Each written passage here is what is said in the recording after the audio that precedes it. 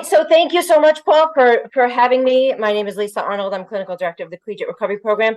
The other hat that I wear on campus is I work in the dean's office with all of the mandated students who are documented for alcohol and drug use on campus. And I also work in a capacity where I am the mental health clinician in athletics. I know it's a strange combination of different roles, but we make it work. And you know, it's been a very rewarding experience. I've been with the university since October of 2002, and you know, just providing services to both the Collegiate Recovery Program, to our mandated students from the dean's office, and to athletics as well. So here we have just a few facts about Fairfield. I am going to breeze through this slide. There's two slides just to give you an idea of campus size. We've been in existence for 81 years. We have a relatively small campus geographically, with an undergrad population of almost 5,000 and a grad population of 800. We do represent 45 different countries. And what's interesting is that every year we have grown in size. We've maxed out in our applicant pool every year and increasingly gotten larger. So I started in October 2002, and we were admitting at the time about 900 first-year students, and now we are up over 1,200 students who we admit on a yearly basis. So we're definitely climbing and building. So our next slide looks a little bit at our retention rate, which we're very proud of, our financial aid numbers. Our graduation rate is significantly high, and what's important to note here is that 98% of our graduates are involved either in full-time employment, grad school, or some semblance of service work.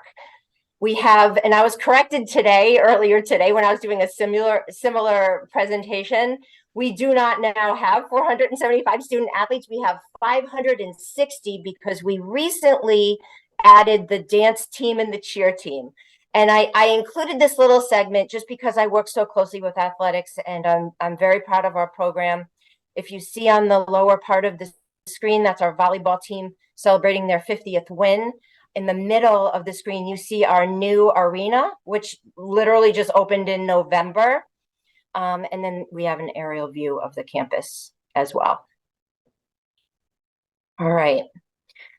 So I think the most important thing to talk about, at least to start, is why have a collegiate recovery program? And I think my challenge here is going to be keeping this at, I think I have 15 minutes. When you build a program like this one from the ground up and you watch it grow, we are in our 10th year, it becomes very personal to you.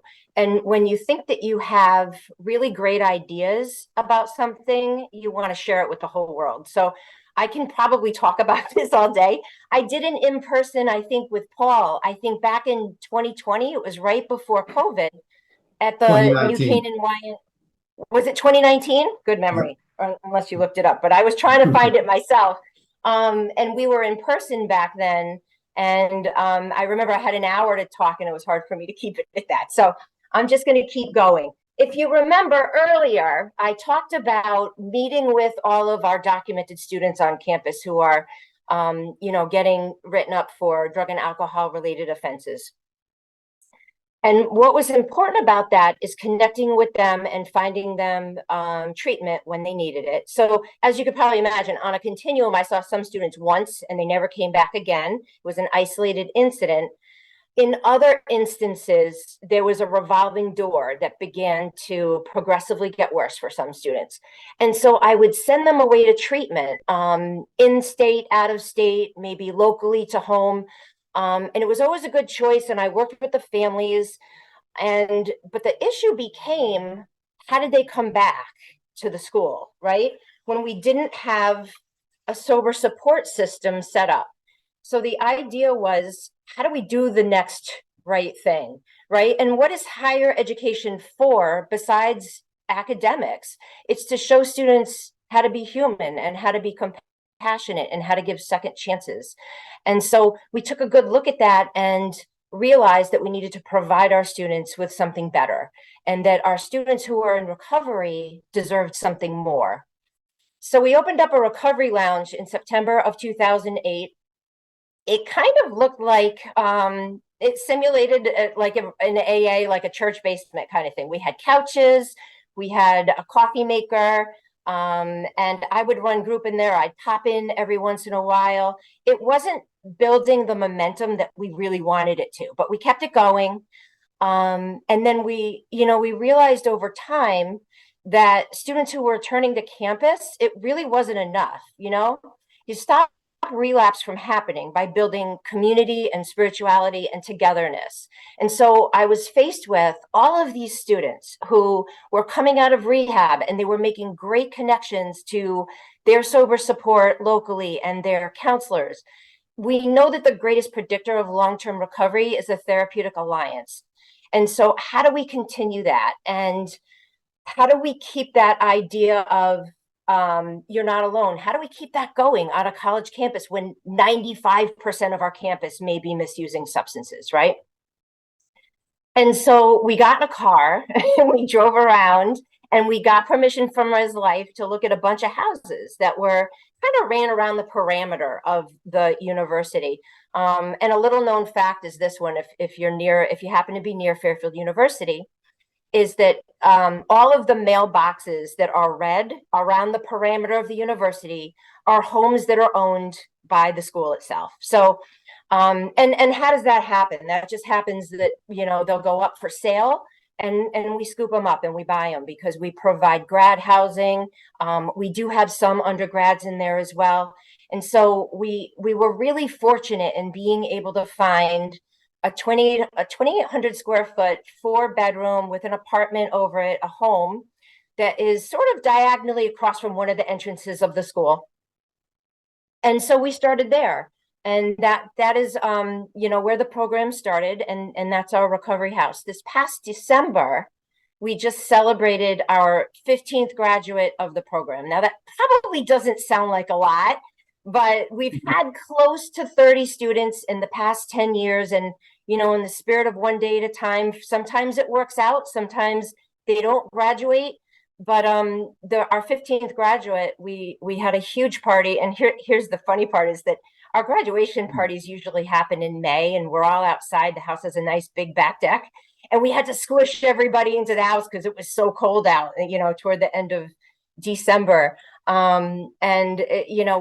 have a tradition when we have a graduate, and I buy these special coins, has Serenity Prayer on one side, and on the opposite side, it has the symbol for Fairfield University. And we pass the coin around, and we all say something for the graduate, and the families are invited. They came up from Maryland. And never a dry eye in the house when it ends. It's a really wonderful experience, because the way that I look at it is, it's not the 15th degree that really mattered. It was the 15th person who got the chance to have this experience and the opportunity to go back to school, and maybe even a 15th life that we saved. So I think all of those things, when we celebrate them together, are kind of a big deal. All right, so let's look quickly at the different components to our collegiate recovery program. As I mentioned before, we do have the off-campus housing. Our clinical program, I facilitate a recovery group in the house every week. It's men's recovery group. All of the residents are also engaged in individual therapy themselves. We do have a really cool program called CRP basketball, which I can't take ownership of that. My last house manager came up with this innovative, probably the most wonderful idea of anything that we've had in the past 10 years. And what he did was, because he's such a big fan of the sport, is he put together a basketball team of all of the guys in the house. And then he had connections to local rehabs and extended care facilities. And he just threw it out there. Hey, who wants to be involved? Who wants to have pickup basketball games on a Friday night? And so we rent out a court right on campus in the Recplex, which is our gym. And every Friday night, when 95% of our campus is partying, we are in the courts and playing basketball. And I think what's most important about that is that men don't connect well in a circle talking about their feelings. what we really like to do is watch them, get out of court and connect with each other that way, whether it's, playing basketball or doing a ropes course or doing service work. This is how they meet each other. This is how they make true, authentic connections. And so many of our guys that way have found their sponsors, become sponsors themselves, and really just kind of created their own group. So I think that was really important to mention too. We do have some recovery coaches that get involved with our residents. We've gotten really creative with treatment. So if students don't want individual therapy or they don't like the idea of seeing a counselor, we can get them connected to recovery coaching. We do various seminars, acupuncture, yoga, and career counseling. We do some med management. Luckily, our dual diagnosis who are living in the house pretty much come with their psychiatrist already. So it's a matter of just kind of coordinating care. If they don't have it, we can find that for them as well. And all the guys in the house are locked into some sort of spirituality, right? When this program started, it was all about AA, which primarily we still are. But I just basically say to them, if it's bigger than you, join it and do it. If it's something that, really keeps you going, whether that's smart recovery, refuge recovery, yoga, things, church, some of them, just engage in all different religious or spiritual activities. And that becomes really part of the program. And that's what sets us apart, I think, from sober living, is that when you create a recovery program from the ground up, you don't want to build it on sand. And so the background of it needs to have something that solidifies everyone. So everyone in the house is engaged in some sort of spiritual group, and everyone in the house is engaged in service work. And we do service work together a couple of times a semester, whether that be a soup kitchen, or we help out sometimes with Pivot Ministries. One of the most important things that we started last year, and we had a long bout of COVID before we could really get this off the ground, is that every spring break now we go down to Habitat for Humanity in Winston-Salem, and we build houses. And they do that for the entire week. So while the rest of the university is in Fort Lauderdale and doing their thing, partying, we go down to the Carolinas and build houses. And on the front and back end of that, we're not the Peace Corps. On the front and back end, they do have golf trips and they go to the beach and they do have a good time. So yeah, that's also part of it. Last year, we were fortunate enough to have a donor who provided us with the funding to purchase a 2021 Toyota Sienna in bright red in Fairfield colors. So we're very lucky to have that to take on trips with us, whether we go across the country or down the street to an AA meeting. Another part of the program which helps us stay accountable is our drug testing. We do random breathalyzers, saliva kits, and urinalysis on campus as well. All right. So some of the challenges that we've looked at over time, and that we recognize strongly as part of the program, is that healing doesn't happen in a straight line. And the management of consequences is based upon a very individualized treatment. So I think the biggest misconception of recovery housing is that if you relapse, you need to leave.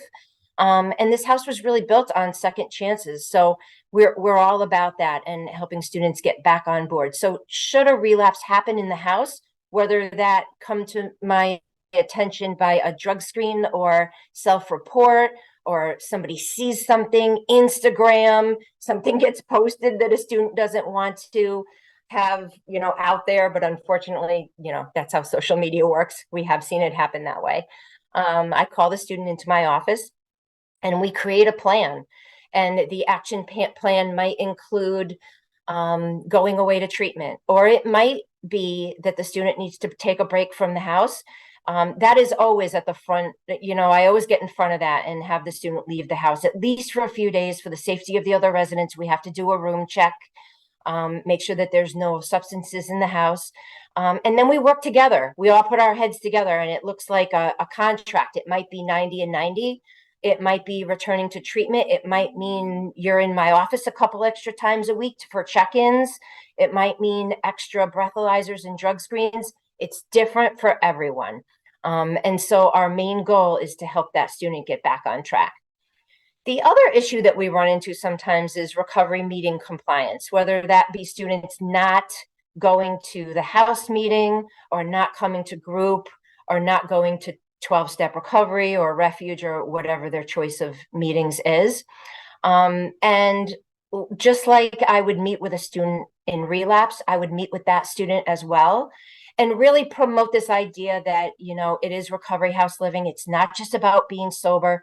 And I kind of frame it in a way that if students, it's not really fair to ask a student to stay in a recovery house if this doesn't align with their plan to stay clean. If you don't want to have a strong program of recovery, it's not fair to ask you to stay and have one. And you know, there's so many students out there looking for these beds. And so it's important for me to make a good connection with that student in the sense that if this isn't what they want, then maybe this isn't the house for them, and I'm willing to support them in any other way. They could remain part of the collegiate recovery program, but they wouldn't be able to remain in the house. All right, so I think this is my last slide. This is a shameless plug of our new van in the left in the left corner. And that's a photo of our dining room where we have a lot of our house meetings and our family room as well. We don't show a picture of the outside of the house for confidentiality reasons, but how do we stay afloat? We have semi-annual CRP board meetings. As coincidence would have it, I have one coming up next week. We have key people all around campus, whether they come from admissions, campus ministry. I get recreation involved. We have advancement there, of course, and all of our donors come to the meeting as well. And typically that encompasses many individuals who are alumni of the university who are in recovery themselves. And so they're happy to donate. They're happy to be a part of this mission. And I'm so grateful to have them aboard with us, mainly because when you come to Fairfield University, and I'm complete, this is the number one question, by the way, that I get asked parents, that parents ask all the time is, what is the extra cost to being in the collegiate recovery program? And I'm very grateful to be able to say that although, and I'm very transparent as well, Fairfield University is very expensive. It is the second most expensive school in Connecticut, right behind Yale. But we do not ask for any additional funding or fees of the students when they come into the collegiate recovery program, because all of the house amenities, all of the recreation, all of the drug testing, and all the clinical programming that we do comes from generous donations of our funders. So we're very proud to have our funders involved for that reason and such big fans of the program. Our future goals include scholarship funding for students who want to become part of our program. It's really a tandem process, right? So when a student is interested in collegiate recovery or at Fairfield University, I work directly with admissions. I look at the transcripts and I look at their background in their own recovery program as well as their academics to make sure that they're a strong fit for the university. But the biggest obstacle of them all is the issue of cost. A lot of these parents are tapped out. A lot of these programs were involved, had their sons involved in very expensive treatment programs right before coming to Fairfield. And they don't have the extra money for this school and for the program itself. So we work our best with that. And my goal in moving forward is certainly to develop a scholarship fund for those students who are in need. So that's my, I'm not sure how long I went, Paul. I'm sorry if I went over. I talked as quickly as I could, and I think we're going to take some questions at the end. So thank you so much.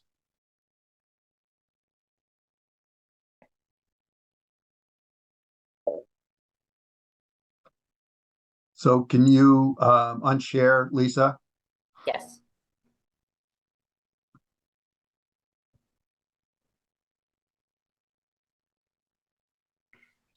All right. Hi, everyone. It's nice to see you all. I am Amy Boyd Austin. I use she and her pronouns. I am at the University of Vermont, and I am the director of the Catamount Recovery Program. I do have a presentation that I'm going to pull up here. Maybe.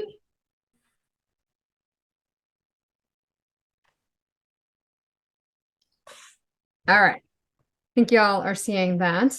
I have this awkward moment of like, I have two screens. And so the screen that has the PowerPoint on it is to my left. So I am looking at you all and I'm looking at my screen.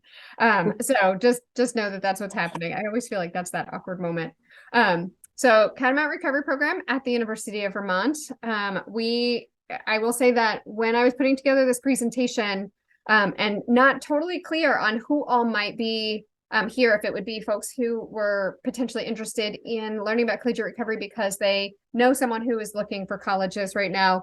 I have been at the University of Vermont since 2004. We started our Catamount Recovery Program and we opened our doors in 2010. We worked on it for a couple of years before we opened those doors.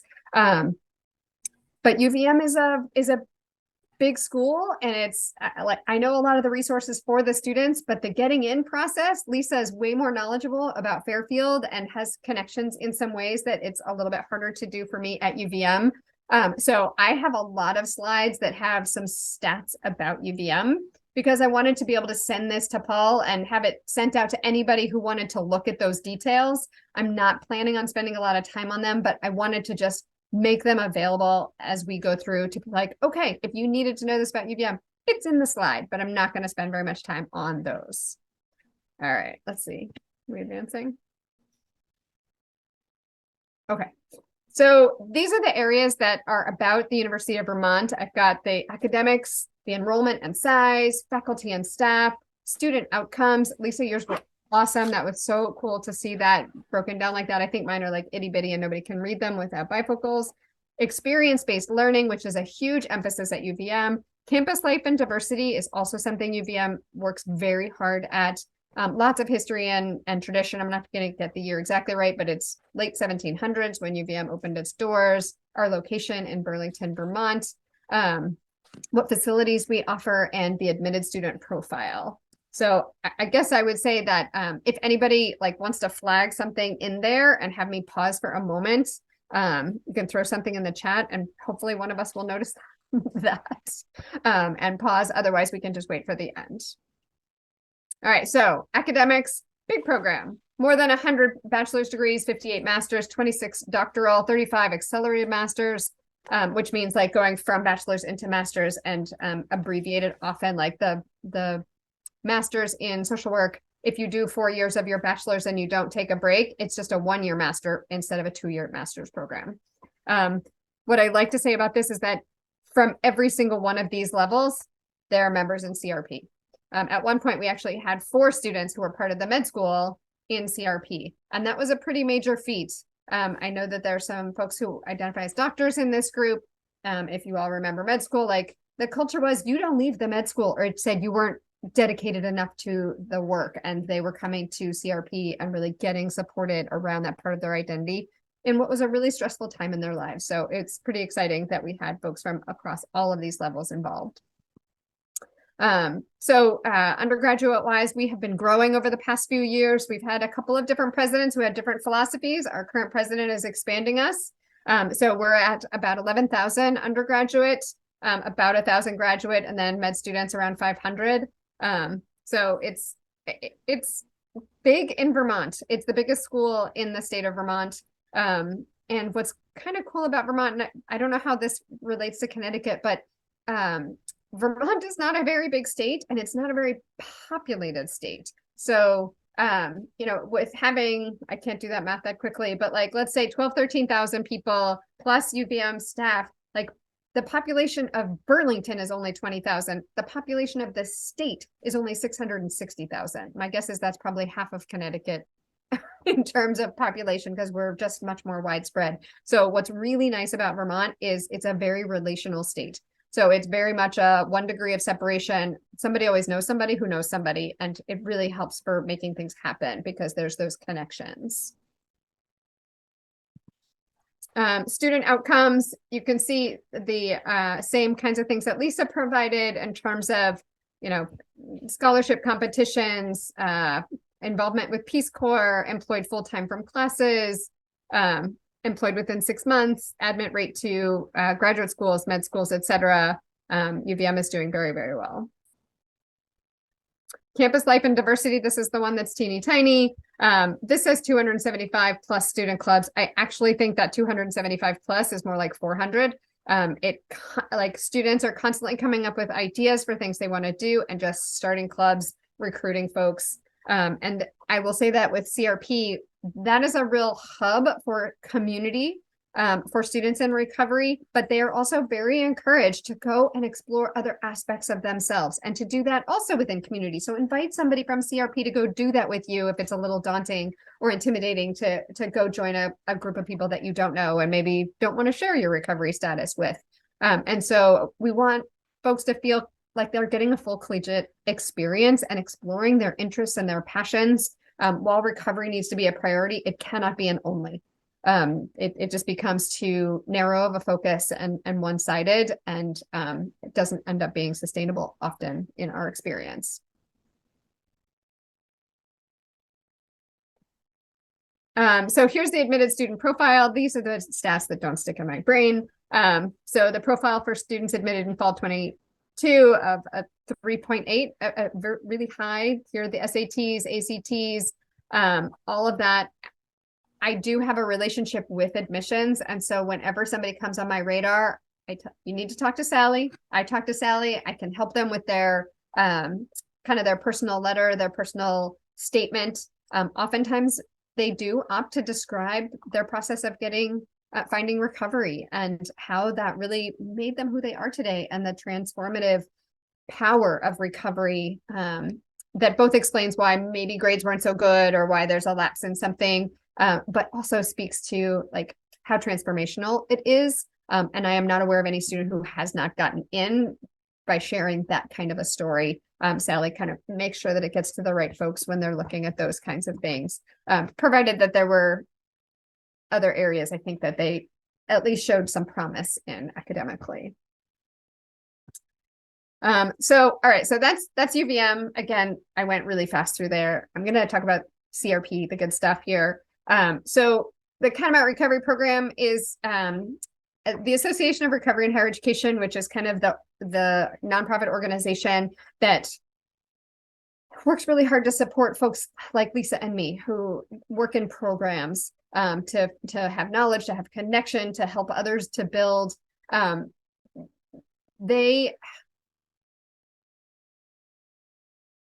just totally lost my track of thought. Sorry about that. I didn't eat. Anyway, so I don't remember what I was saying about ARHE, but they are kind of this host organization that supports all of us in looking to create these supportive environments within the campus culture that reinforces the decision to engage in a recovering lifestyle. There were a few collegiate recovery programs there was one that started in the 70s, 3 that started in the 80s, and the rest have kind of come as of the mid 90s to today. And Association of Recovery and Higher Education has been a big part of helping us find each other, come together, and develop these things and share ideas about what helps us to be successful. So that is what we strive to do at UVM. I would say that because Lisa volunteered to go first, and I'm eternally grateful for that, I kind of get to play off some differences. And one of the things that I would say is different in our communities is that, and this is something I often share with parents, is we are very clearly about being a community. We have housing, we have a lounge, we have a lot of amenities, but I say this to parents a lot, this is not an extension of treatment.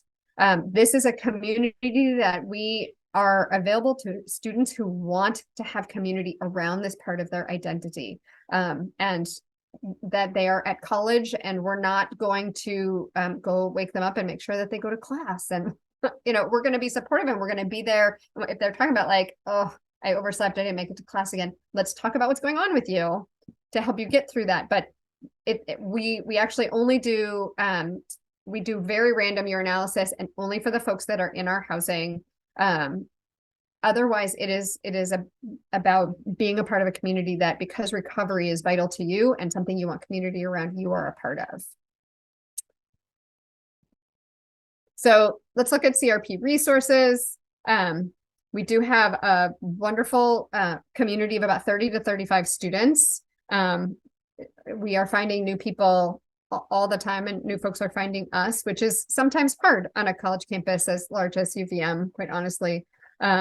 We do have referral sources similar to what Lisa described, but I would say probably, and I have a similar role to Lisa in that I run the program, but I also am part of our alcohol and other drug education team. And I also do basics for students who come through the process for being caught with a substance.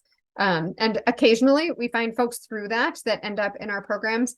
But I would say that our students find most of the students who are either in or seeking recovery. They meet them in meetings. It randomly just, it's amazing. Students will take a class that they're really going to explore their other interests. One student was telling me she was in her dance class, and a friend, somebody new in class was saying, well, I'm going to go do this. Do you want to come with me? And she said, no, I've got something else I'm going to do. And she was trying to be vague, and the woman wasn't buying it or wasn't accepting that as a response. And finally she's like, okay, so I'm in recovery and I'm going to a meeting. And the woman just like, her jaw dropped, and she's like, really? Me too. And so it's this, it works. It's amazing that our students are really the ones who kind of find and bring students to the program on a regular basis. I feel like they are just these glowing beacons of like, I'm doing stuff right today, and people are attracted to it. We have a lounge. We've gone through a lot of iterations since 2010, and about 6 months before COVID, we got our own completely dedicated space, which we got to enjoy for one semester before we all got sent home. But that space has continued to like become more and more beautiful. We've had some donations that have made us, we've gotten a new computer and printer, and we have not a new AV system, but we get to project movies in there and have our sober Super Bowl parties, Halloween parties in there, that kind of thing.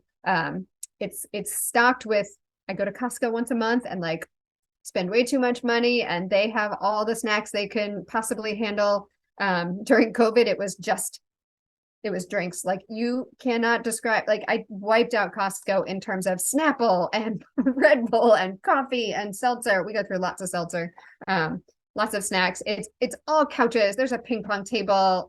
There's the food area. There's the printing, like all that kind of everything that a student could want available in there. We do lots of painting and puzzles and games, all that kind of stuff in the lounge. It's a great community building place.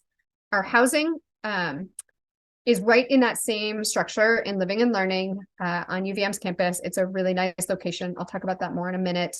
But our housing is much smaller. It's just a suite in that building. And the reason is that at UVM, you are only required to live on campus your first 2 years. And often people find recovery a little bit later than that. And so the demand hasn't been such that we've needed more than those 6 beds.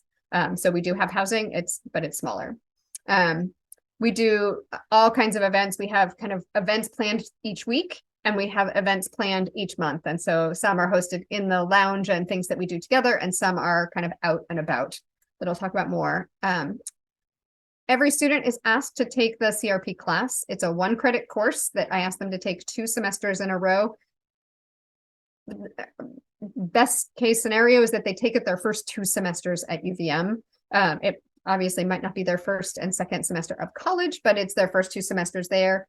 I will talk about it a little bit more. It's not an academically rigorous course, nor does it show up as anything that would identify you as a person in recovery on your transcript. But it's a great community building, really getting to know each other space. There is a recovery group.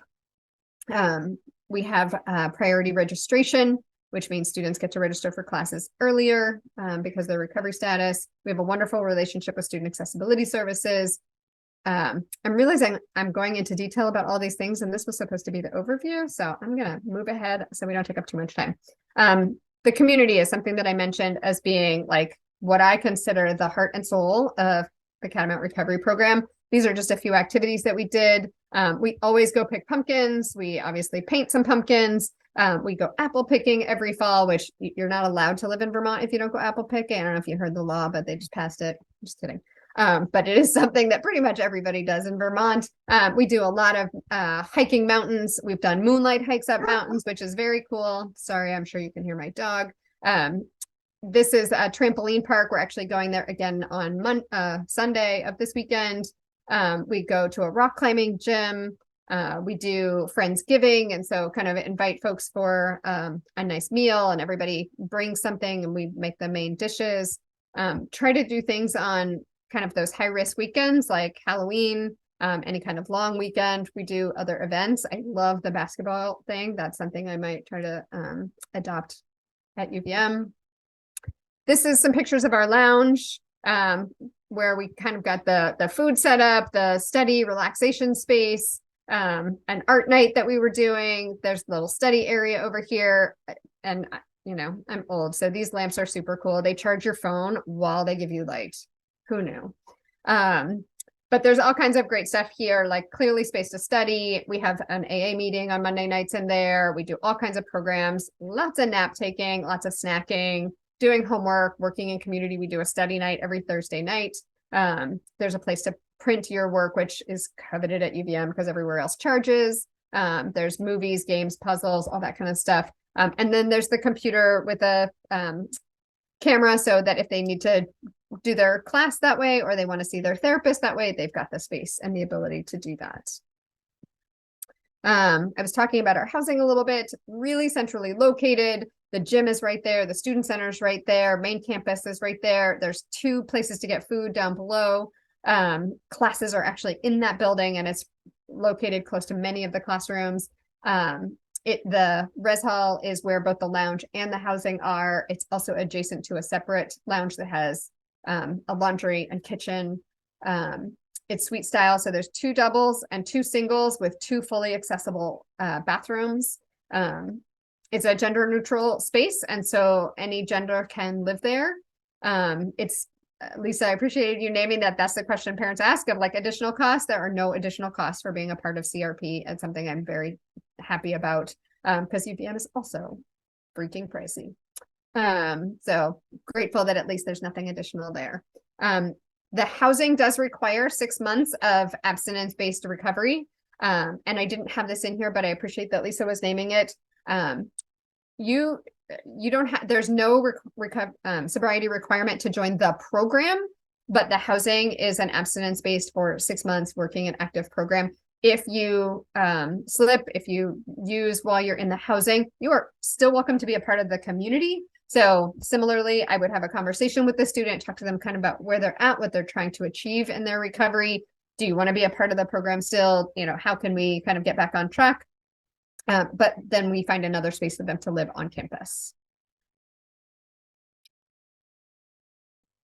Talked a lot about the programming already, just that there's stuff that's every single week. There's programs in the space. So this is a little flyer that I would have going out each Monday. I send it out through email and then I send it through GroupMe because students don't read email. And just speaking of like, here are the things that go on every week. And then in a semester, you know, every semester starts with the greet, eat, and meet, where we have pizza and sodas and have some kind of fun icebreaker to get to know each other and then brainstorm what we're going to do for the semester. What are the things we want to do? And then we'll always have a movie night. This is fall. So apple picking, hiking, trampoline park, rock climbing, Halloween party, Friendsgiving. We actually got to go sailing in the fall semester, which was really fun. And the bonus of living on a lake and having a boat. The CRP class that I mentioned, it's in the College of Education and Social Services in Human Development and Family Science, called Exploring Development in Community. So I feel like that actually sounds like a lovely class to take. And it's also very service learning oriented in terms of name. It is not academically rigorous, but it's an opportunity to connect with your cohort of folks who have started at the university during that time. It's a really safe space to meet weekly to discuss challenges of being in recovery. We focus on like general wellness, academic well-being, social well-being. I think those are the 3 primaries that you're looking for in a college experience. We have like something that they need to read or watch and then do an assignment. So I have something to grade. And then we ask that we come to class to talk about these things, which is what we do unless somebody's not doing well. And then we pretty much check the curriculum and we focus on that student and give them our attention and our support and see what we can do to kind of move through that.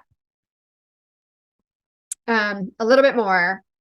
So we do have a recovery group. It is held in counseling and psychiatry services. So I think what might be a little bit different structurally is that we are not within counseling and psychiatry. We are under the education and outreach branch of the Center for Health and Wellbeing. So the clinical piece is held over in counseling and psychiatry services. The person who runs group has been at UVM for 30-ish years, is also a person in recovery. It is a very trauma-informed, it is one of the most like supportive places students say they've ever been. We have students graduate and ask to keep going to group. And on the down low, they might. So it's really this wonderful, wonderful space that he allows them to really navigate where they're going to go each week in terms of what the conversation looks like. It's all about supporting recovery, but that might not be talking specifically about recovery. It's really about like what's going on in your life that you need to address that supports your direction in recovery.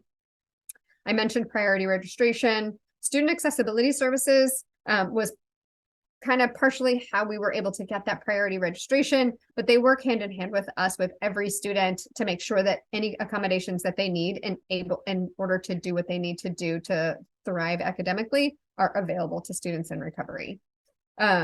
Staffing wise, I'm the director. I am not full-time in this. As I said, I work with the AOD team and do the basics work, but they pretty much have access to me whenever they need to. And I'm in this space a lot. I have another colleague who is a man of color, who is also part of the AOD team. We're really working on trying to dismantle how white collegiate recovery has been. Not easy in Vermont, where we're also incredibly white, but trying to make recovery more accessible across the campus, by having folks who hold different identities and reaching out to groups and organizations, have more folks of color, folks with differing identities. Another piece of that is that we have been working on a more flexible definition of recovery. So looking at some more harm reduction strategies for folks in recovery. So I would say we are still probably 90% abstinence-based, maybe even 95% abstinence-based, but we do have a few people who are working a harm reduction model. And what I appreciate about it is that it has allowed for folks who have been doing that kind of on the slide to actually be able to be upfront about it and talk about it in the space and talk about when it's a challenge and what's working and what's not working instead of hiding it. And so then students who are using an abstinence base, like it's clear that people are doing things differently, and we can have conversation about like, well, maybe I can do that. And then talking that through, because I think that's always the fear, right? If you see somebody else who's doing it differently, maybe I can do that too. And we get that opportunity to be open about it and explore those questions that they might be having anyway, instead of them doing that alone. All right, this is just a quick shout out to ARHE. There are 151 collegiate recovery programs registered with the Association of Recovery and Higher Education across the United States. I was involved with ARHE as part of the executive board for 12 or 13 years. I did like the whole president thing. So I know lots about ARHE and could talk about that, but I'm not going to. I just want you to have that as a resource if you are investigating schools and different areas of the country. And that's me. So I know I kind of sped talk through that. So I'm sure I also took more than 15 minutes. My apologies. We get pretty excited about collegiate recovery. So it's cool. So yeah, that's information on me. You can contact me anytime. I will also forward my presentation to Paul so he has it to send out to anyone.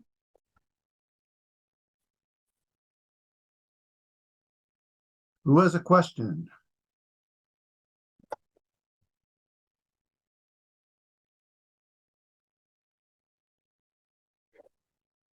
Well, I could go ahead. Wonderful presentation, both of you, Lisa and Amy, and I could really hear the just the passion that you have for collegiate recovery in your presentation. So it's wonderful. Quick question. Well, first of all, I've been going to Vermont for like 35 years and I've never picked apples when I've been in Vermont. So I'll have to do that when I go, next time. How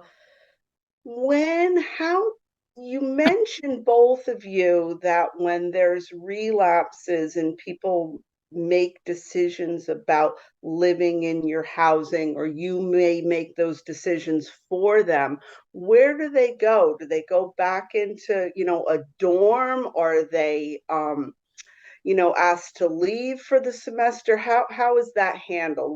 What does that look like? You want to go first, Lisa? Absolutely. Hi, Karen.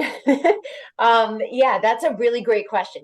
So it's really based on where the student might live. If we have, I have emergency contacts for all of the residents, and sometimes that's a uncomfortable phone call in the middle of the night. But if the parents are local, they'll come and pick up their student. Um, it can be a combination of students going home for a few days to clean out their system. I've had students stay in a hotel. Sometimes I have a few Jesuits from campus ministry who will help out and take in a student. It can be a variety of things. I would say the same. I'm sorry, what if they don't come back to your house? Let's say they say, no, I'm kind of done with that. Will they be able to go into a dorm if they wanted to? Absolutely. So I've actually only had a couple of cases of that where I work closely with residents' life. It's been challenging because we are bursting at the seams. We had a exorbitant percentage of students in forced triples. So it was kind of it was like a blessing in disguise because a huge deterrent to moving out of the recovery house was you were going to live in a forced triple in a room that was supposed to be for two people. So yes, we can make it happen.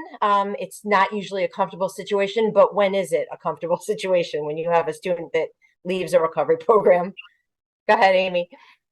Yeah, it's a very similar thing. The one in terms of, whether the student is actively under the influence versus somebody who comes and tells me, I'm not sure that recovery is for me, or like, I am really clear recovery is for me because I tried and like life is not good. So I need to get back on track. So it really depends on kind of what the situation is. We would definitely find them housing on campus. If they were struggling, and so we had a student who needed to return to treatment in the fall semester. So they actually did that communication with their families before I even needed to, and said, hey, this isn't working all that well. I think I need to go back to treatment.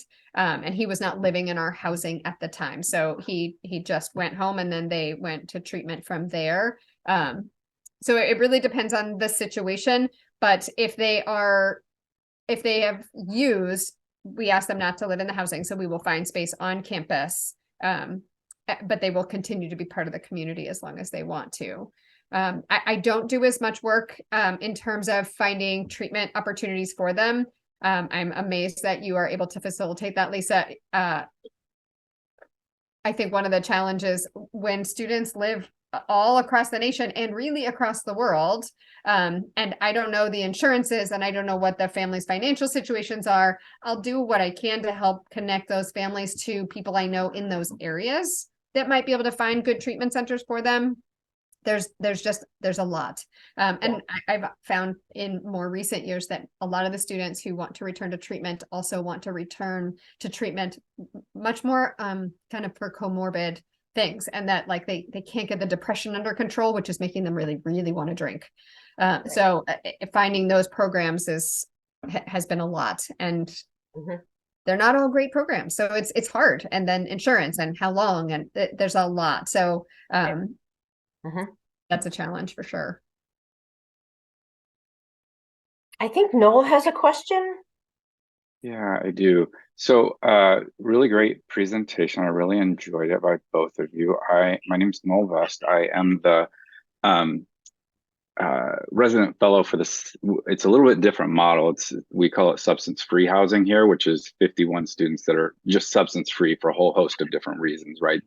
I would say about 10% of them are in recovery for substance use disorder here at Stanford. And I guess the thing that when this was created, the one thing they didn't want was any kind of UAs or anything like that. And so it has been, again, up until now, it's not been, we've never even come close to ever even needing it. But I guess I'm just kind of curious, how often do you bust people for UAs? Or I don't know if that's kind of what you call it, but it just seems like it's almost like an extension of the criminal justice system. And it just really, I run into issues because I always think of, this and these kinds of interventions as a public health response to substance use disorder. And so I'm just kind of curious how often that happens, and what kind of is the policy if that does happen. You said you remove them right away, or maybe it's never even happened, so it's not much of a big deal. But it just seems like counterintuitive to kind of the recovery way of thinking about things. And so if you just comment on that for a minute. Amy? Go ahead. Oh, okay. Interesting choice of words, boss. But see, I think when a young person enters recovery, particularly in early recovery, and and I see a lot of gratitude in 20-year-olds. It's interesting because they've been in places in their life that other 20-year-olds may never see. And there is a lot of gratitude when they start the program. And I sit down with the families and I talk about our housing contract. And it's not by any means a punitive measure to do breathalyzers, to do UAs, to do saliva kits, things like this. When you have a student who's really grateful for this experience and this second chance to come back to school, they ask for it. And they want to be accountable, and they say, drug test me on Sunday night when I get back for the weekend. So it varies. Some students we don't need to test very often. I have had students in the program, they're in their 4th year, and we do it occasionally. Other students, we need to be a little bit more hands-on in terms of drugs testing a little bit more early in that experience, or more frequently. But they're never opposed to it. They usually came from a treatment facility or program that required them to do it.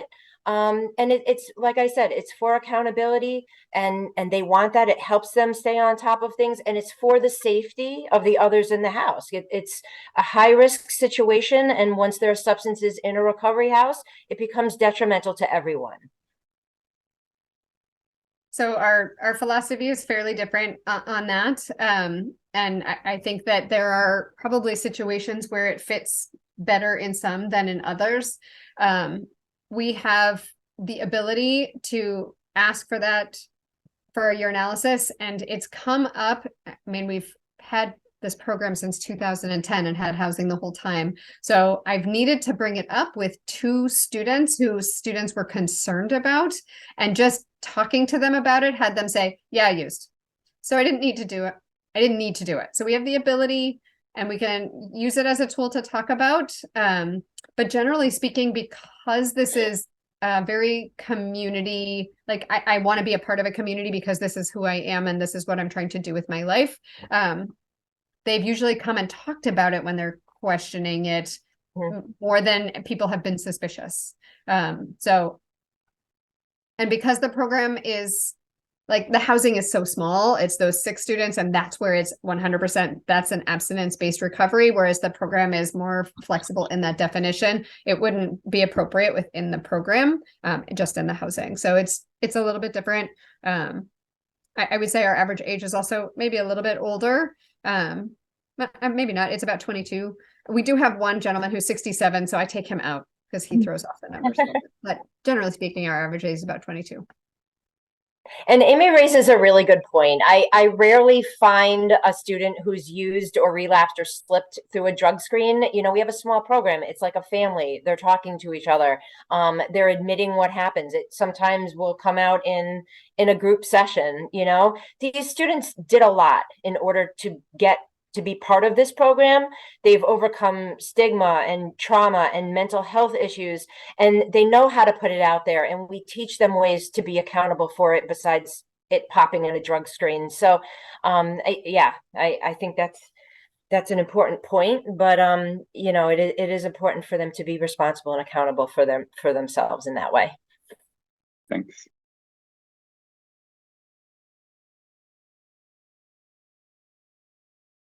Belinda? Steve. Yeah, Steve, under Belinda's name. I have a question.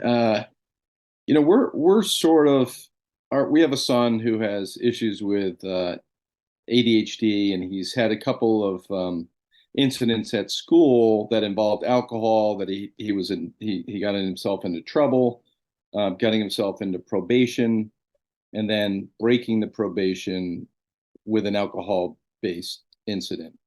And we're sort of not quite sure how and if involvement or some connection to collegiate recovery program can, we're not sure if he's just a college student who's being somewhat normal and drinking, but just getting in trouble because of his ADHD issues, or whether there is some underlying, misuse that he can't control. We're sort of in the beginning stages of really trying to understand what level he's really at. And I wouldn't say, he's ready, or we would recommend that you just have to completely stop any alcohol because that's 100% your problem, because we think his problems really more stem from the ADHD stuff and using alcohol as a crutch. And so just, I guess my question is collegiate recovery or talking to somebody, is there an educational component or something like a deterrence component where he could, get involved and not just, move in and live with people who are totally abstinent and that kind of thing? I guess I'm trying to explain it the best way I can in a short amount of time, but that's, if you could sort of understand what I'm saying. Is he college age? I'm sorry, I missed that part. Yes, he's 19. Okay. He's in college. He started last year, had an incident, started back this year. He was on probation, then he's recently got on he broke his probation again with an alcohol related incident, but it's not just alcohol. He got an incident where he was felt like he was being harassed by campus security. He was yelling and that sort of thing. But anyway, that's sort of and he has a hearing where he could get dismissed from school. We just don't know. We're trying to get him the help and sort of the education that he needs. Like, hey, listen, this could be your future where you're heading down the line of, you might need something like a collegiate recovery program, or is there some way that you can get some information or education? Yes, absolutely. So I'm sorry. Go ahead. No, go ahead. Amy and I both have, and I think it's easy to be able for us, both of us, to be able to say that there's different tiers of treatment, right? And so like we were both talking about, is that to be in the house, it is an abstinent-based program, but to be part of the program and not live in the house, you can certainly a la carte the services, right? So I'm not committed to recovery, so I'm not going to live in the house, but maybe I'll join group. Maybe I'll go over there and find out what sober life looks like. Maybe I'll learn how to work a program. Maybe I'll get a phone number and go to a meeting with someone. Or, I'll have a student in my office, and a lot of times what I'll do is I'll hand them the phone number to a student who would be willing to help. Or I'll cold call the student. Sometimes they're surprised. They'll be like, Lisa, why are you calling me? I have a student who wants to talk to you. And I'll give him the phone. And sometimes it's just a matter of simply hearing the voice of another recovery student. Let's go out to coffee. Let's talk about it. Sometimes I'll have a student that says, I really want to get involved and I don't know how, and I'll invite them to a recreational outing. You're not committing yourself to anything. I did forget to talk about our recreational program with, we do golf trips and sporting events and all kinds of things where anybody who's sober for that day is welcome to come along, and we have funding in order to be able to include them. So it's kind of trickling your way into the program to find out if it meets your needs and it's a good fit. And then if you don't like it, you could back off. You don't have to come again, and there's no commitment. If that makes sense. No, it's good to know. I just didn't, because listening to it, it's like I didn't know it was an all or nothing. Like if you're part of the program, you're completely abstinent, and it's not just educational. He might be interested in just seeing people's perspectives, seeing some of the problems that people have run into, things that might say, hey, listen, I want to avoid that problem in my life, or hey, this is a tool that I use to deal with being at a party when everyone's drinking and I'm not, and I feel like deserve for not drinking and not socially accepted, that kind of thing. Oh yeah, Amy and I hear all the time, like, those recovery students, do they really have a life?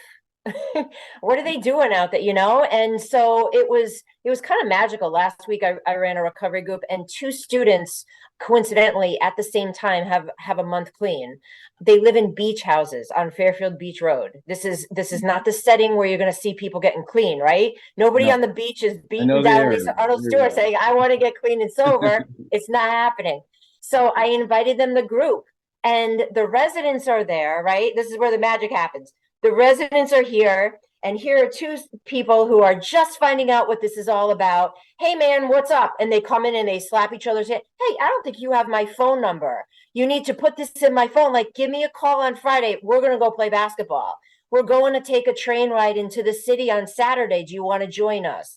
This is where, I'm a middle-aged woman. I'm not relatable. I get them into a room with others who've been there, done that, and they're sober and clean, and they're the same age.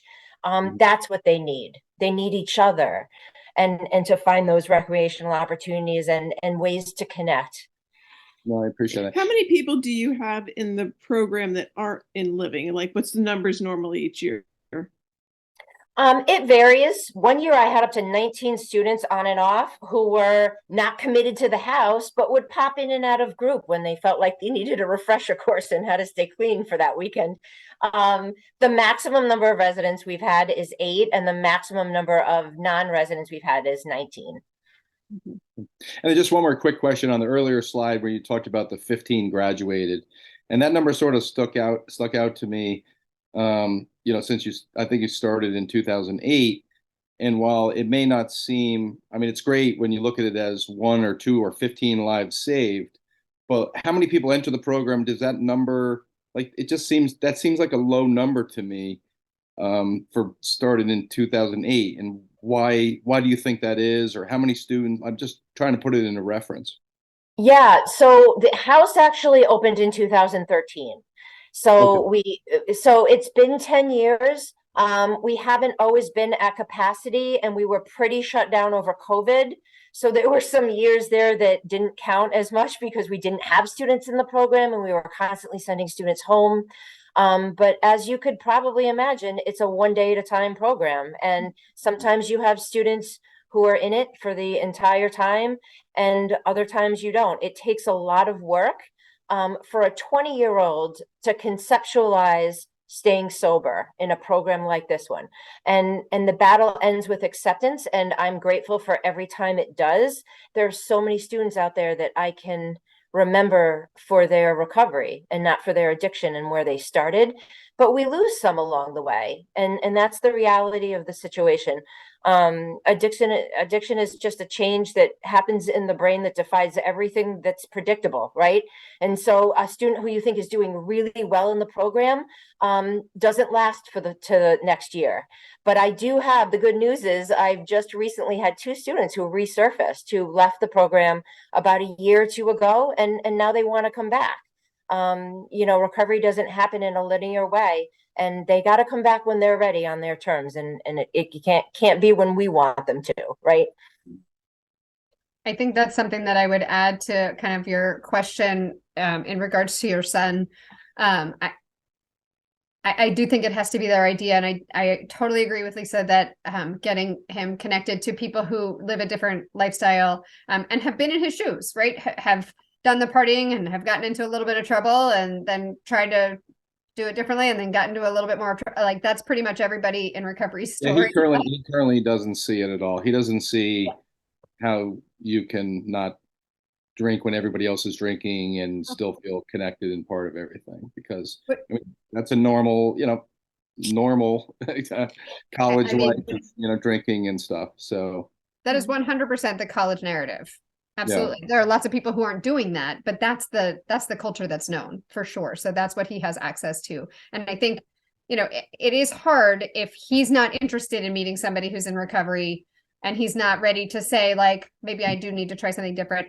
Him meeting somebody might be maybe not right now, but I agree that having him meet somebody in recovery when he's ready to maybe explore, and maybe he has to have another run-in, maybe another negative consequence needs to happen. It sounds like he is on a path, and all students have their own path. There's not a correct path or a right path or one path for sure. And sounds like he'll figure it out, but we sometimes need some bumps and bruises along the way. But hearing from another student in recovery, like, yeah, I remember being there. And I remember what I thought about people in recovery. And I remember what I thought my life would be like in recovery. And oh my gosh, is it so different? And being able to kind of share that story is pretty powerful. I will say I have had a few students who've come to the program who've said, the only way that I'm allowed to come to college is if I'm a part of this program. So I'm here. Like, it doesn't work that way. that does not generally work very well if there is not some level of buy-in to recovery being a needed part of their lives. I see Lily jumping in. Yeah. So I'm Lily, and my son Ari is at UVM in the CRP program. He just turned 21 last week, and when he graduated from high school, I was all, because he had been at Karen treatment, he had been in wilderness, he had been in so many things, and so I was all about I had heard about CRP through one of the Karen educators in the treatment center.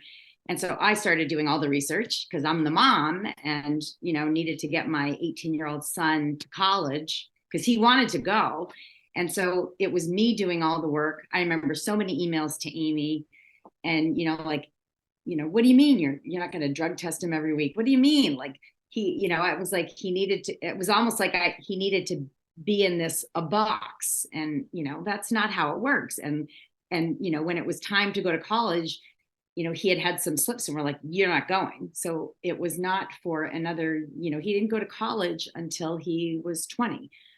He ended up having to go back into treatment, and it was like an ultimatum. You either leave our house, because there were so many slips that happened in this one fall of 2020 when he was supposed to be at school. He went into treatment. He somehow, it became the time for him to accept his part, his role, his problems, and then worked really hard in sober living and then taking some classes before he got to the point where he's like, I really want to go to college. And, we were like, I don't think we're ready. You got to we need consistent behavior over a consistent period of time. We need to see that you can take some classes and actually pass them and not lie about them. And he did all those things. And so he went to school last January and he lived in the suite. And, I was like, geez, there's only 6 kids in there. Like, how is this going to work? And this kid is thriving beyond my wildest hopes and dreams. And I feel like for the first time in 4 or 5 years, I've had joy. I feel hopeful. He loves UVM. He loves his courses. He's working really hard. And he goes to parties. Like, he had friends that were already there who are not sober. And so, I'm not sure, when I hear all these things, I'm like, I don't ask him anymore. Did you do, it's like all on him. And he has his resources. He has his people that he talks to. He loves Amy. He goes to parties. He goes to some place called the Furnace, and they dance. And he has his Red Bull. Or his, he's still smoking cigarettes of some sort, and, is finally himself talking about, geez, I want to rock climb more. And so I might need to work on that. And that's coming from him, not from me, but I've been, a broken record for 4 years. So I'll stop talking because I want to give other people a chance, but I just feel, like I've learned so much, and it's his journey, it's his plan. And somehow he seems to be living his best life on a college campus right now that I can't even fathom. I just never thought it was ever going to happen. So thanks for listening. I'll shush now. No, wow, that's a Wow. great, That's a testimonial live is- testimony. Yep. And just to name that, like you said, he's thriving. I would have said he is kicking ass. Like he is amazing. This kid, he is one of those people that I'm talking about, is this like beacon. I walked from living and learning across campus to help him get his CAT card, and he attracted like 8 people to us and became friends with them on his first day. Like, he is so social, and he just attracts humans to him, and he is like becoming himself 110%. And it's a beautiful, beautiful thing to watch. And I won't say that his first semester was like perfect or easy. He definitely struggled. There were stumbling blocks and challenges. He just kept picking himself up and figuring it out. He didn't use, but like other stumbling things that were hard. And he just kept bringing them to us and talking through them and being transparent. And I mean, he learned a lot through his treatment experiences and through just having to decide that he wanted it. So I appreciate you naming it all, Lily. That was really helpful. Yeah, thank you. Thank you for sharing that part. You didn't share that with me, so That was beautiful. Amy and Lisa, I think that those testimonies are what drive you to do what you've been doing. And, you know, Amy's program has been in place since, I think you said 2010, and Lisa's 2008. And then, you know, both of you in the early, you know, over 10 years now with residential. I mean, it's outstanding. And I think, Amy, you would say that every program's a little bit different. You know, they're all 151 of them around the country are a little bit different, but these are two examples that work and hopefully give hope to people. But I want to thank both of you for being here this evening and sharing, and also that share from Lily at the end. So thank you very much. thank you guys. That was awesome. Thank you for having us. I really appreciate it. And Paul, thank you for remembering what I was starting to say in the beginning of my presentation about ARHE. That was the concept. If you've seen one CRP, you've seen one CRP. They are all a little bit different. And it's really important to find the one that's going to work for the student, right? Whether they're doing the research or the parents doing the research, it needs to be a good fit for the student for sure. Yeah, and thanks for everybody joining this evening. Have a good rest of your evening, okay? Bye. Thank you. Bye, guys. Take care. Bye now.